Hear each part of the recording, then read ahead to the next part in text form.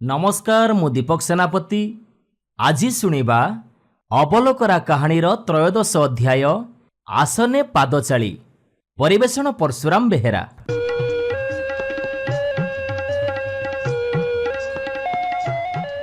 गोसेई आउ अवलोकरा दुहे चाली चाली जाई गोटे नुआ राइजरे पहुंचिले।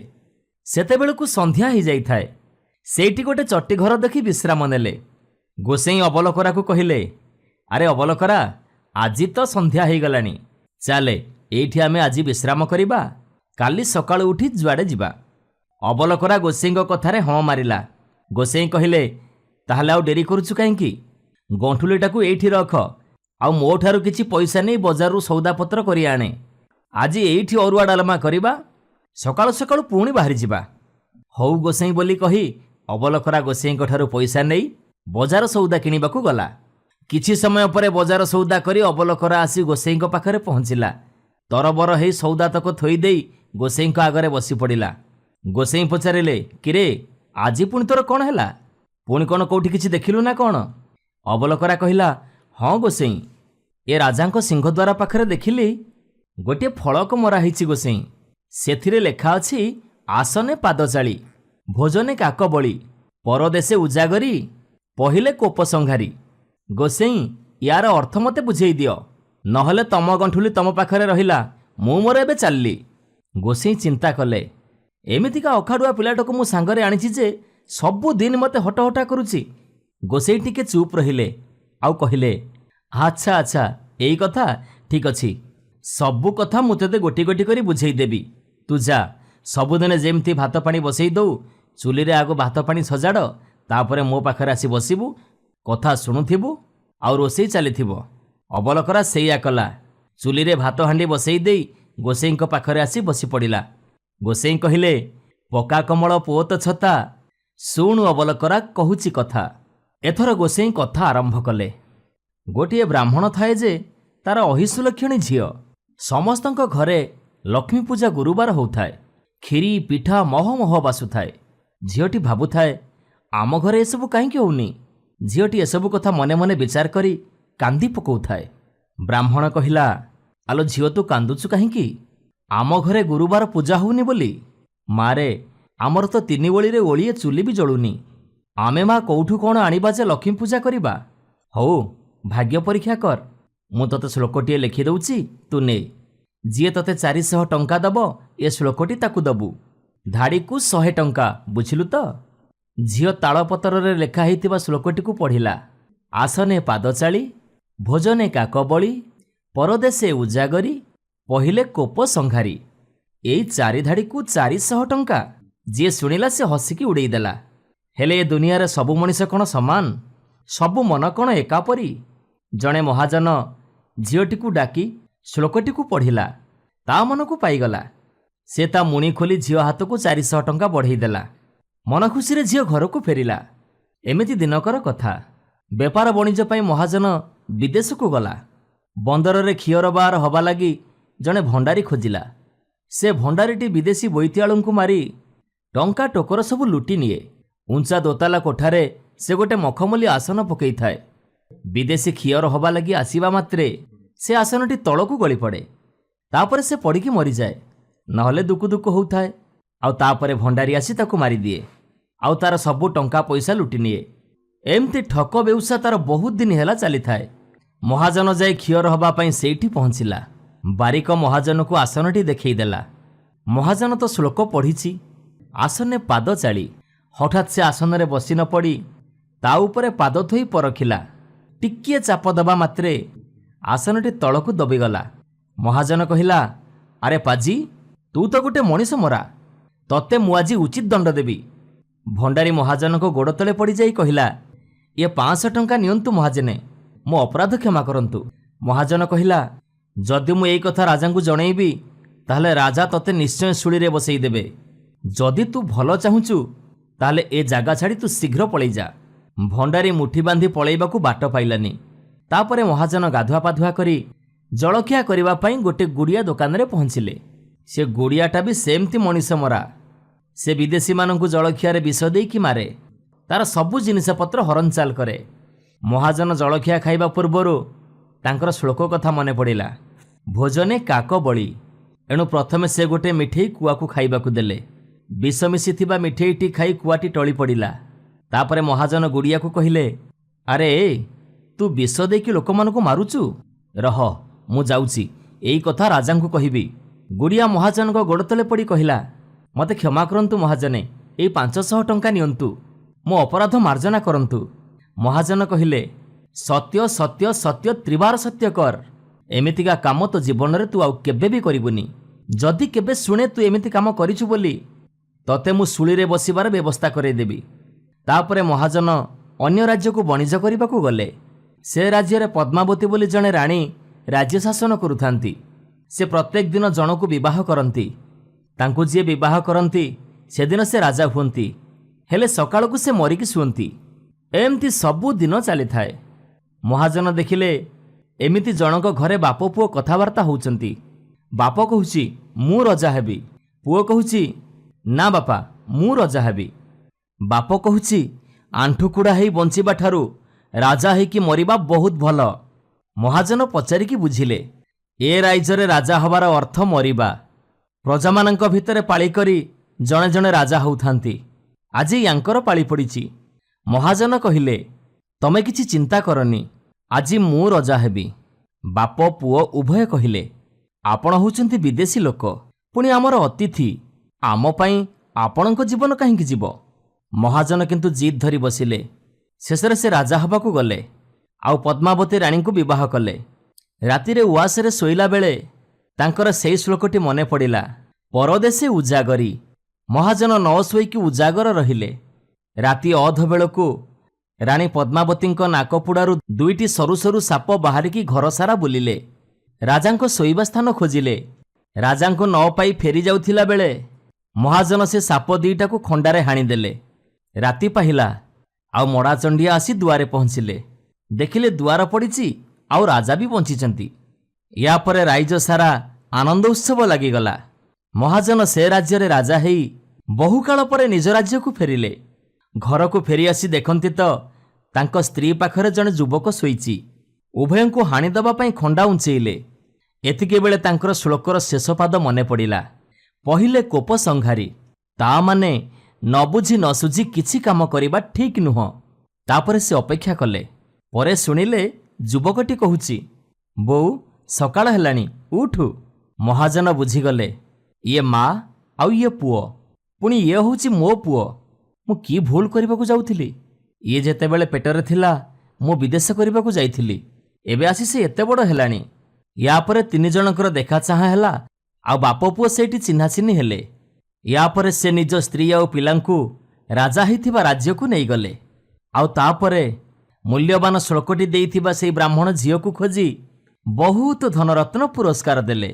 ୟା ପରେ ଯୋଉ ଶ୍ଲୋକଟି ପାଇଁ ସେ ନିଜ ଜୀବନ ବଞ୍ଚେଇବା ସହିତ ମହାଜନ ରାଜା ହେଇଥିଲେ, ସେ ଶ୍ଲୋକଟିକୁ ଉଆସ ଆଗରେ ଖୋଦେଇ କରି ରଖିଲେ। ଆଉ ଆଜି ତୁ ଯୋଉ ଶ୍ଲୋକକୁ ଦେଖି ଆସିଲୁ, ଇଏ ହେଉଛି ସେଇ ରାଜାଙ୍କ ଉଆସ। ଏବେ ବୁଝିଲୁ ତ ଅବଲକରା, ଏ ଶ୍ଲୋକ କ'ଣ ଆଉ ଏ ଶ୍ଲୋକର ମାନେ କ'ଣ? ଅବଲକରା କହିଲା, ବୁଝିଗଲି ଗୋସେଇଁ, ସବୁ ବୁଝିଗଲି। ଏ ତ ବହୁତ ସୁନ୍ଦର କଥା। ଗୋସେଇଁ ଟିକେ ହସି ଦେଇ କହିଲେ, ଆଉ ତାହେଲେ ଡେରି କାହିଁକି କରୁଛୁ? ତୋ ମନବାଞ୍ଛା ତ ପୂରଣ ହେଲା, ତୁ ଏଥର ବାକି କାମ ସାରିଦେ। ଖିଆପିଆ କରିବା, ବିଶ୍ରାମ ଟିକେ ନେବା, ପୁଣି ତ କାଲି ସକାଳେ ବହୁତ ବାଟ ଯିବାକୁ ଅଛି ନା। ଅବଲକରା ଖୁସି ହେଇ ଗୋସେଇଁଙ୍କ ସେବାରେ ଲାଗି ପଡ଼ିଲା। ନମସ୍କାର, ମୁଁ ଦୀପକ ସେନାପତି। ଆଜି ଶୁଣିବା ଅବଲକରା କାହାଣୀର 20ତମ ଅଧ୍ୟାୟ, ଅମୁହାଁ ଦେଉଳ। ପରିବେଷଣ ପରଶୁରାମ ବେହେରା।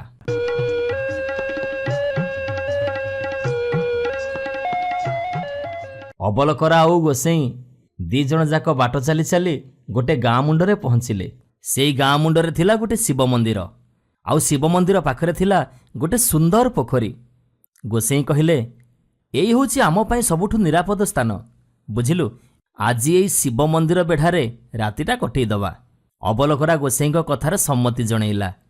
ଗୋସେଇଁ କହିଲେ, ଆରେ ରାତିଟା ସିନା ଆମେ ଏଇଠି କଟେଇଦବା, ହେଲେ କ'ଣ ଉପାସରେ କଟେଇଦବା? ତୁ ଗୋଟେ କାମ କର, ମୋ ପାଖରୁ କିଛି ପଇସା ନେଇଯା, ପାଖ ବଜାରରୁ ସଉଦାପତ୍ର କରି ଆଣିବୁ। ଆମେ ଆଜି ଏଇଠି ଏଇ ମନ୍ଦିର ବେଢ଼ାରେ ରୋଷେଇବାସ କରି ଖିଆପିଆ କରିବା ଆଉ ତାପରେ ବିଶ୍ରାମ କରିବା।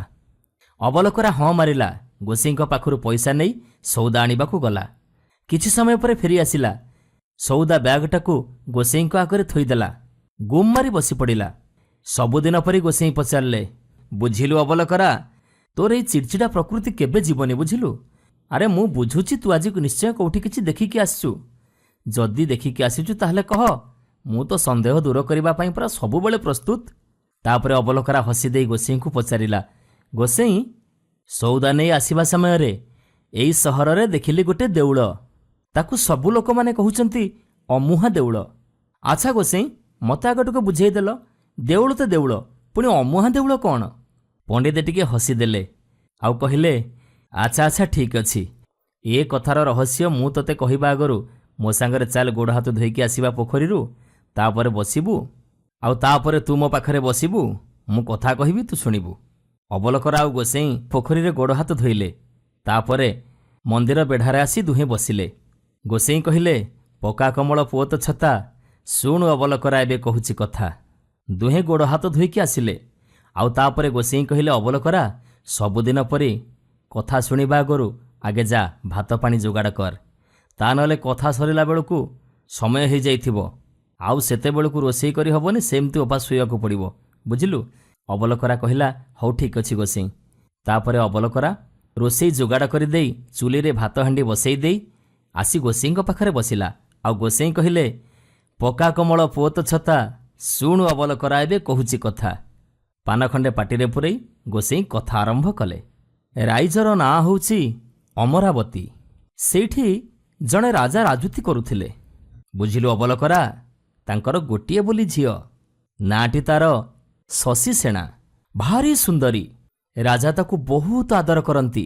ସେ ସମୟରେ ଆନନ୍ଦ ସିଦ୍ଧ ନାମକ ଜଣେ ଋଷି ଥିଲେ। ଶଶିସେଣାଙ୍କୁ ପାଠ ପଢ଼ାଇବା ପାଇଁ ରାଜା ତାଙ୍କରି ପାଖକୁ ପଠେଇଲେ। ଋଷିଙ୍କ ପାଖରେ ମନ୍ତ୍ରୀଙ୍କ ପୁଅ ବି ପାଠ ପଢ଼ୁଥିଲା। ତା ନାଁ ହେଉଛି ଅହିମାଣିକ୍ୟ। ଦେଖିବାକୁ ସେ ଭାରି ସୁନ୍ଦର। ପାଠ ପଢ଼ିଲା ବେଳେ ଅହିମାଣିକ୍ୟର ଆଖି ଶଶିସେଣା ଉପରେ ଲାଖି ରହୁଥିଲା। ଆଉ ଶଶିସେଣା ବି ଅହିମାଣିକ୍ୟକୁ ମନେ ମନେ ଭଲ ପାଉଥିଲା। ଦିନେ ପାଠପଢ଼ା ଚାଲିଥାଏ। ଶଶିସେଣାର ଖଡ଼ିଟି ପିଣ୍ଡା ତଳକୁ ଗଡ଼ି ପଡ଼ିଲା। ସେ ଅହିମାଣିକ୍ୟକୁ ଖଡ଼ିଟା ଆଣିଦେବା ପାଇଁ କହିଲା। ଅହିମାଣିକ୍ୟ କହିଲା, ହଁ ଠିକ୍ ଅଛି, ମୁଁ ଖଡ଼ି ଆଣିଦେବି ଯେ, ହେଲେ ମୋର ଗୋଟା ସର୍ତ୍ତ ରଖିବାକୁ ପଡ଼ିବ। ଶଶିସେଣା ପଚାରିଲା, କି ସର୍ତ୍ତ? ଅହିମାଣିକ୍ୟ କହିଲା, ପ୍ରଥମେ ତମେ ସତ୍ୟ କର, ମୁଁ ଯାହା କହିବି ତମେ ମୋ କଥା ମାନିବ, ତାହେଲେ ଯାଇ ମୁଁ ଖଡ଼ି ଆଣିଦେବି। ଶଶିସେଣା ସତ୍ୟ କଲା। ଅହିମାଣିକ୍ୟ ଖଡ଼ିଟି ଗୋଟେଇ ଆଣି ତା ହାତରେ ଦେଲା। ତାପରେ ଅହିମାଣିକ୍ୟ ଶଶିସେଣା କାନରେ ଚୁପ୍ ଚୁପ୍ କରି କହିଲା, ଶଶିସେଣା, ତମକୁ ମୁଁ ବାହା ହେବାକୁ ଚାହୁଁଛି, ତମେ ମୋ କଥା ରଖିବ ତ? ଶଶିସେଣା କହିଲା, ସତ୍ୟ କରିଛି ମୁଁ, କଥା କେବେ ଲଙ୍ଘିବିନି, ମୁଁ ତମକୁ ହିଁ ବାହା ହେବି। ସେଇଦିନଠାରୁ ଦିନକୁ ଦିନ ଦୁଇ ଜଣଙ୍କ ଭିତରେ ସମ୍ପର୍କ ବଢ଼ିବାକୁ ଲାଗିଲା। କ୍ରମେ ଶଶିସେଣା ଆଉ ଅହିମାଣିକ୍ୟର କଥା ଦାଣ୍ଡରେ ହାଟରେ ପ୍ରଘଟ ହେବାକୁ ଲାଗିଲା। ଏକଥା ରାଜା ଜାଣିଲେ ଅଡ଼ୁଆ ହେବ। ସେ ମନ୍ତ୍ରୀ ପୁଅର ମୁଣ୍ଡ କାଟ କରେଇବେ। ତେଣୁ ଦି ଜଣ ଯାକ ରାଜ୍ୟ ଛାଡ଼ି ପଳେଇ ଯିବା ପାଇଁ ଯୋଜନା କଲେ। ଦିନେ ଅହିମାଣିକ୍ୟ ଘୋଡ଼ାଶାଳରୁ ଗୋଟେ ବଳୁଆ ଘୋଡ଼ାକୁ ନେଇ ଆସିଲା। ଶଶିସେଣାକୁ ଘୋଡ଼ାରେ ବସେଇ ସେ ପଳେଇଲା। 3-4 ଦିନ ବିତିଗଲା। ଦିନେ ସକାଳୁ ସକାଳୁ ସେମାନେ ଗୋଟେ ସହରରେ ପହଞ୍ଚିଲେ। ଜଣେ ଲୋକକୁ ସେ ସହରର ନାଁ କ'ଣ ବୋଲି ପଚାରିଲେ। ଆଉ ସେ ସହରର ନାଁ ସେ ସୋନପୁର ବୋଲି କହିଲା। ସୋନପୁରର ଚାକଚକ୍ୟ ସେମାନଙ୍କୁ ବିମୋହିତ କଲା। ଆଉ ସେଇଠି ସେମାନେ ଗୋଟେ ମନ୍ଦିର ଦେଖିଲେ। ଆଉ ସେଇ ମନ୍ଦିର ପାଖରେ ଥିଲା ସୁନ୍ଦର ପୁଷ୍କରିଣୀଟିଏ। ଲୋକଙ୍କୁ ପଚାରିକି ଜାଣିଲେ ଏ ମନ୍ଦିରରେ ଦେବୀ ଭାକେଶ୍ୱରୀ ପୂଜା ପାଆନ୍ତି। ତାପରେ ଦୁହେଁ ଯାଇ ସେଇ ସୁନ୍ଦର ପୋଖରୀରେ ଗାଧେଇଲେ। ଦେବୀ ଭାକେଶ୍ୱରୀଙ୍କୁ ସେମାନେ ଦର୍ଶନ କଲେ। ଅହିମାଣିକ୍ୟ ଶଶିସେଣାକୁ କହିଲା, ଏଇ ସୋନପୁର ସହରରେ ଆମେ ରହିବା, ତମେ ଏଇ ପୋଖରୀ ତୁଠରେ ବସି ରହିଥାଅ, ମୁଁ ଯାଉଛି ସହରକୁ, ଭଡ଼ା ଘରଟିଏ ଠିକ୍ କରିକି ତମ ପାଖକୁ ଆସିବି। ଶଶିସେଣା କହିଲା, ହଁ ଶୁଣ, ଫେରିଲା ବେଳେ ମୋ ପାଇଁ କିଛି ଫୁଲ ନେଇ ଆସିବ। ଅହିମାଣିକ୍ୟ ସହରକୁ ଗଲା। ସବୁ କାମ ସାରି ସେ ମାଳିସାହିରେ ପଶିଲା। ସେଇଠି ହେଉଛି ଜ୍ଞାନଦେଇ ମାଲୁଣୀର ଘର। ସେ ଭାରି ମାୟାବିନୀ। କୁହୁକ ବିଦ୍ୟାରେ ସେ ଧୁରନ୍ଧର। ଭେଣ୍ଡାକୁ ମେଣ୍ଢା କରିବାର ବିଦ୍ୟା ସେ ଜାଣେ। ଅହିମାଣିକ୍ୟକୁ ଦେଖି ଜ୍ଞାନଦେଇର ମନ ମୋହିଗଲା। ସେ ତାକୁ କହିଲା, ଫୁଲ ନେବ ଯଦି ଆସ, ମୋ ପାଖରେ ବହୁତ ବାସ୍ନା ଫୁଲ ଅଛି। ଭଳିକି ଭଳି ହାର ମୁଁ ତିଆରି କରି ଶିଖିଛି। ଅହିମାଣିକ୍ୟ ଫୁଲ ଆଣିବା ପାଇଁ ଜ୍ଞାନଦେଇ ପାଖରେ ପହଞ୍ଚିଲା। ଜ୍ଞାନଦେଇ ତା ବେକରେ ଗୋଟେ ଫୁଲମାଳ ପିନ୍ଧେଇ ଦେଲା। ଦେଖୁ ଦେଖୁ ଅହିମାଣିକ୍ୟ ଗୋଟେ କଳା ମେଣ୍ଢା ପାଲଟିଗଲା। ବେକରେ ପିନ୍ଧିଥିବା ଫୁଲହାରଟି ଗୋଟେ ପଘାରେ ପରିଣତ ହୋଇଗଲା। ଜ୍ଞାନଦେଇ ତାକୁ ବାନ୍ଧି ରଖିଲା। ଆଉ ରାତି ହେଲା ପରେ ପୁଣି ତାକୁ ଭେଣ୍ଡା କରିଦେଉଥିଲା। ଏଣେ ବେଳଗଡ଼ି ସଞ୍ଜ ହେଲା। ଶଶିସେନା ଅହିମାଣିକ୍ୟର ବାଟ ଚାହିଁ ଚାହିଁ ନିରାଶ ହେଲା। ରାତି ବଢ଼ିବା ସାଙ୍ଗେ ସାଙ୍ଗେ ତାକୁ ଭାରି ଭୟ ଲାଗୁଥିଲା। ତାର ସନ୍ଦେହ ହେଲା, ନିଶ୍ଚୟ ଅହିମାଣିକ୍ୟ କୌଣସି ମାୟାବିନୀର ହାବୁଡ଼ରେ ପଡ଼ିଯାଇଛି। ସେ ଦେବୀ ଭାଗ୍ୟେଶ୍ୱରୀଙ୍କ ମନ୍ଦିରରେ ଅଧିଆ ପଡ଼ିଲା। କାନ୍ଦି କାନ୍ଦି ମା'ଙ୍କୁ ତାର ଦୁଃଖ ଜଣେଇଲା। ଦେବୀ ତା ଉପରେ ସନ୍ତୁଷ୍ଟ ହେଲେ। ମା ତାଙ୍କୁ ଆଶୀର୍ବାଦ କଲେ। ତାପରେ ଶଶିସେନା ମନରେ ସାହସ ବାନ୍ଧିଲା। ତାପରେ ସେ ପୁରୁଷ ବେଶରେ ସୋନପୁର ରାଜାଙ୍କ ଦରବାରରେ ପହଞ୍ଚିଲା। ରାଜାଙ୍କୁ କହିଲା, ମଣିମା, ମୋ ନାଁ ଶଶଧର।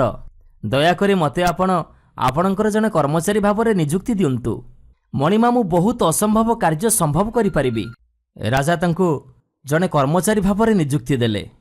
ସେହି ସମୟରେ ସୋନପୁର ରାଜ୍ୟରେ ଗୋଟିଏ ଗଣ୍ଡା ଉତ୍ପାତ କରୁଥିଲା। ସେ ଲୋକମାନଙ୍କୁ ମାରି ପକାଉଥିଲା।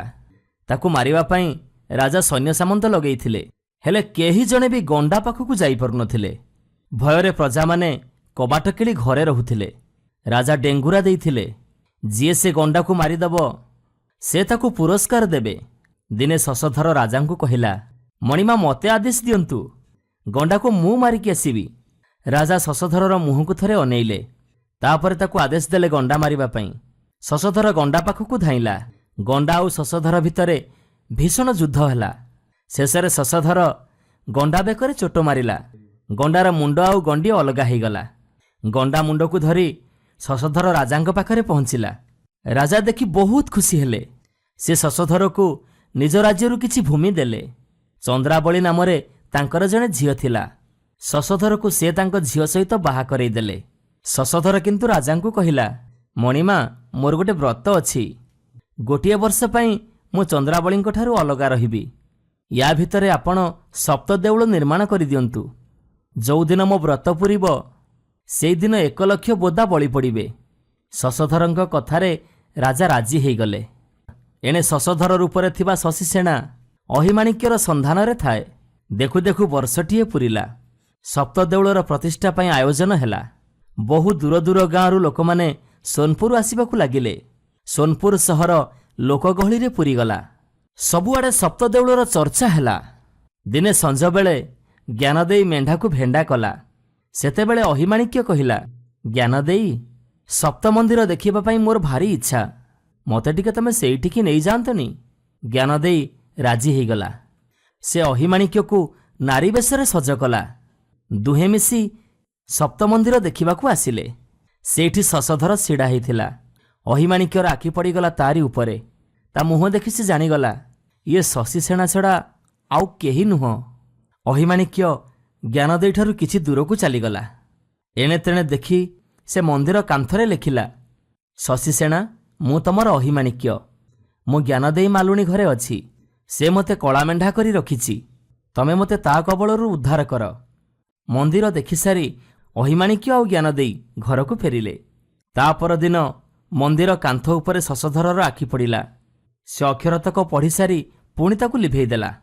ଜଣେ କର୍ମଚାରୀ ହାତରେ ଶଶଧର ଜ୍ଞାନଦେଇଙ୍କୁ ଡକେଇଲା। ଜ୍ଞାନଦେଇ ଆସିବାରୁ ଶଶଧର କହିଲା, ଜ୍ଞାନଦେଇ, ତୋ ପାଖରେ ଗୋଟେ କଳା ମେଣ୍ଢା ଅଛି। ତାକୁ ମନ୍ଦିରକୁ ନେଇଆ, ବଳି ଦିଆଯିବ। ଜ୍ଞାନଦେଇ ଆଉ କ'ଣ କରିବ? ସେ କଳା ମେଣ୍ଢାଟିକୁ ନେଇ ଆସିଲା। ଶଶଧର କହିଲା, ତୁ କୁହୁକ ମନ୍ତ୍ର ଜାଣିଛୁ। ଶୀଘ୍ର ଏ କଳା ମେଣ୍ଢାକୁ ଭେଣ୍ଡାରେ ପରିଣତ କର। ଯଦି ନ କରିବୁ ତ ମୁଣ୍ଡ କାଟ ହେବ। ଜ୍ଞାନଦେଇ ଏଥର ନାଚାର। ସାଙ୍ଗେ ସାଙ୍ଗେ ମନ୍ତ୍ର ପଢ଼ି କଳା ମେଣ୍ଢାକୁ ଭେଣ୍ଡାରେ ପରିଣତ କଲା। ଦେଖୁ ଦେଖୁ ଅହିମାଣିକ୍ୟ ମେଣ୍ଢା ରୂପରୁ ମୁକ୍ତି ପାଇଲା। ତାକୁ ଦେଖି ଶଶଧର ଖୁବ୍ ଖୁସି ହୋଇଗଲା। ଏବେ ଆଉ କୌଣସି କଥା ଅଛପା ରହିଲାନି। ରାଜାଙ୍କ ଆଗରେ ଶଶଧର ସବୁ କଥା ଖୋଲି କହିଦେଲା। ସେ ତାର ପୋଷାକ ପରିବର୍ତ୍ତନ କରି କହିଲା ଯେ, ଛାମୁ, ମୁଁ ପୁରୁଷ ନୁହଁ, ମୁଁ ଜଣେ ନାରୀ। ମୁଁ ଅମରାବତୀର ରାଜଜେମା ଶଶିସେନା। ଅହିମାଣିକ୍ୟ ହେଉଛି ମୋର ସ୍ୱାମୀ। ଶଶିସେନାର କଥା ଶୁଣି ସୋନପୁରର ରାଜା ବହୁତ ଖୁସି ହୋଇଗଲେ। ସେ କହିଲେ, ଆଜିଠାରୁ ଶଶିସେନା ହେଉଛି ମୋ ଝିଅ। ଚନ୍ଦ୍ରାବଳୀ ଆଉ ଶଶିସେନା ମୋ ଦୁଇ ଝିଅଙ୍କୁ ମୁଁ ଏବେ ଅହିମାଣିକ୍ୟ ହାତରେ ଅର୍ପଣ କରୁଛି। ଅହିମାଣିକ୍ୟ, ଶଶିସେନା ଆଉ ଚନ୍ଦ୍ରାବଳୀ ଏବେ ସୁଖରେ ରହିଲେ। କେଉଁ କାଳରୁ ସୋନପୁରର ଏକ ଅମୁହା ଦେଉଳ ରହିଛି। ଏହାକୁ ଶଶିସେଣା ଦେଉଳ ବୋଲି କହନ୍ତି। ଆଉ ତୁ ଏବେ ବୁଝିଲୁ ଅବଲକରା, ଇଏ ହେଉଛି ସେଇ ଦେଉଳ। ଆମେ ଏବେ ସୋନପୁର ସହରରେ ଅଛନ୍ତି। ତୁ ଯେଉଁ ଅମୁହା ଦେଉଳ ଦେଖି ଆସିଲୁ ସିଏ ହେଉଛି ସେଇ ଅମୁହା ଦେଉଳ, ଯାହାକୁ ଲୋକମାନେ ଶଶିସେଣା ଦେଉଳ ବୋଲି କହନ୍ତି। ଆଉ ଦେଉଳଟିକୁ ଦେଖିଲେ ସମସ୍ତେ ଶଶିସେଣାକୁ ମନେ ପକାନ୍ତି। ଏଥର ବୁଝିଲୁ ଅବଲକରା ଅମୁହା ଦେଉଳ ରହସ୍ୟ?